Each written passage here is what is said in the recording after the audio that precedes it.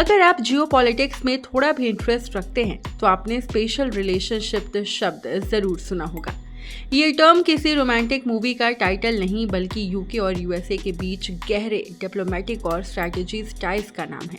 लेकिन सवाल ये है, क्या ब्रिटेन हर डिसीजन में अमेरिका के पीछे ही चलता है? हर वॉर, हर सैंक्शन, हर स्टेप में ब्लाइंडली सपोर्ट करता है? आज के इस वीडियो में हम जानेंगे यूके यूएसए के रिश्ते का पूरा इवोल्यूशन, मिलिट्री और फॉरेन पॉलिसी कोऑर्डिनेशन, और ये भी कि क्या यूके अपना ग्लोबल इन्फ्लुएंस खोने लगा है। तो चलिए शुरू करते हैं।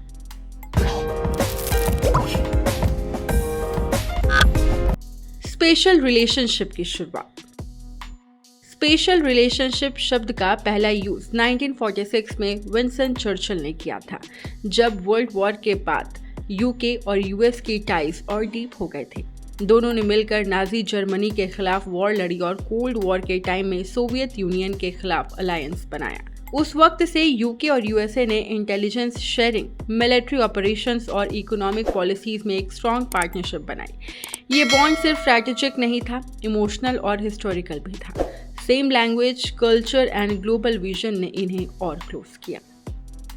मिलिट्री ऑपरेशंस हमेशा साथ साथ। यूके और यूएस ने कई मेजर वॉर्स में एक साथ हिस्सा लिया। Gulf war 1991, Afghanistan 2001, Iran war 2003। इन सभी कॉन्फ्लिक्ट्स में ब्रिटेन ने अमेरिका का ओपनली सपोर्ट किया। ब्रिटिश फोर्सेस ने यूएसए के साथ फ्रंटलाइन ऑपरेशंस में हिस्सा लिया और नाटो के मिशंस में भी दोनों का कोऑर्डिनेशन स्ट्रॉन्ग रहा। यूके और US five eyes intelligence alliance का पार्ट है, जिसमें दुनिया की सबसे ट्रस्टेड इंटेलिजेंस शेयरिंग होती है। लेकिन 2013 में सीरिया के इशू पर यूके ने अलग स्टैंड लिया था, जब ब्रिटिश पार्लियामेंट ने एयर स्ट्राइक के प्रपोजल को रिजेक्ट कर दिया। यानी हमेशा फॉलो करना जरूरी नहीं, यूके कभी कभी अपना डिसीजन भी रखता है। फॉरेन पॉलिसी और सैंक्शंस में भी साथ। जब बात आती है डिप्लोमेसी और सैंक्शंस की, तो यूके जनरली यूएस के साथ अलाइन करता है। रशिया, ईरान, चाइना, इन सभी पर दोनों कंट्रीज ने सिमिलर पॉलिसीज अडॉप्ट की है। यूक्रेन वॉर के दौरान यूके ने रशिया के अगेंस्ट स्ट्रिक्ट सैंक्शंस लगाए और यूक्रेन को मिलिट्री एड भी दिए, जस्ट लाइक द यूएस। लेकिन कुछ एग्जाम्पल्स में यूके ने यूएस से अलग रूट भी चूज किया, जैसे ईरान न्यूक्लियर डील। यूएस ने ट्रंप के टाइम पे डील से एग्जिट किया, लेकिन यूके ने बाकी यूरोपियन कंट्रीज के साथ मिलकर डील को सेव करने की कोशिश की।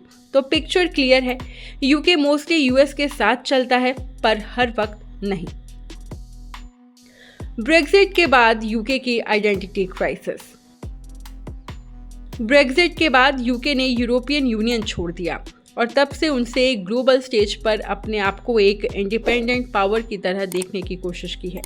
लेकिन कई एनालिस्ट ये मानते हैं कि ब्रेक्जिट के बाद यूके ज़्यादा डिपेंड हो गया है अमेरिका पर, स्पेशली ट्रेड और डिफेंस मैटर्स में। अब यूके चाहता है कि यूएस के साथ एक स्ट्रॉन्ग फ्री ट्रेड एग्रीमेंट हो, लेकिन अभी तक कोई मेजर प्रोग्रेस नहीं हुई। डिप्लोमेटिकली भी यूके का रोल यूएन और नाटो में स्ट्रॉन्ग है, लेकिन उसकी इंडिपेंडेंट विजिबिलिटी थोड़ी कम हो गई है। यानी यूके का ग्लोबल वेट अब यूएस के सपोर्ट से ही टिकता दिख रहा है, और ये किसी स्पेशल बॉन्ड का सिग्नल है या डिपेंडेंसी का, ये एक डिबेट का मुद्दा है। आगे क्या हो सकता है? आने वाले समय में यूके यूएसए का बॉन्ड स्टेबल रहेगा, लेकिन यूके के लिए चैलेंज ये है कि वो अपनी आइडेंटिटी कैसे मेंटेन करे।